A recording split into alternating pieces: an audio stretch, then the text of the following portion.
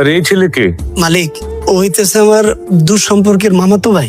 তোর দুঃসম্পর্কে মামাতো ভাই এখানে নিয়ে আসলি কেন? না মানে এতিম ছেলে তো, আপনার কেউ নাই, কই যাইবো কি করব সেটা বুঝতে না পাইরা মানে আমি সেলিম, এটা কি এতিমখানা যে রাস্তা পাশে যখন তারা পাবি সবাইকে এখানে নিয়ে আসবি? মালিক ওরে যদি একটা কামের ব্যবস্থা করে দিতেন। ঠিক আছে, সকালে ওরে ফ্যাক্টরিতে নিয়ে আসিস। না না না ফ্যাক্টরিতে কি হয়েছে? না মানে মালিক কইছিলাম কি, ওই ফ্যাক্টরিতে কাম না দিয়ে যদি বাড়িতে কাজ দিতেন, ধরেন আপনার যে জুতা পরিষ্কার করা করলো, যে কোনো কাম করবেন সবও করতে পারবো। কি রে পারবি না?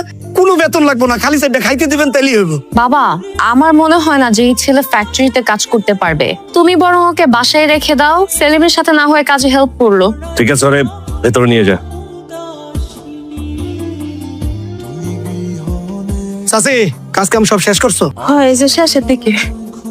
কিরে বাইরে খারাপ হয়েছিস কি লিগা? আয় শোনো, এই যে পোলাটা দেখতেছো না, এই পোলাটা আজকে থেকে এই বাড়ির যা কাজ কাম আছে, কি হলো দুজনের দিকে এরকম ফেল ফেল করে তাকায় থাকলে তো হইব না। আমি যে কথাটা কইতেছি কথাটা শুনবা তো নাকি? সেটা হলো এই পোলাটা আজকে থেকে এই বাড়ির কাজ কাম করবো, যা কাজ কাম লাগে ওরে কইবা, ও কইরা দেবো। বাবা লস। তোমার নাম বাবা? আমার নাম? আরে বাবা রে, আমি বুঝলাম না একটা বিষয়। চাচি ওর নাম দিয়ে তুমি কি করবা? ওর নাম শোনার তোমার কোনো দরকার আছে? ওর কোনো নাম নাই, ওর নাম হইতেছে চাকর। আজকে থেকে তুমি ওর চাকর করে ডাকবা।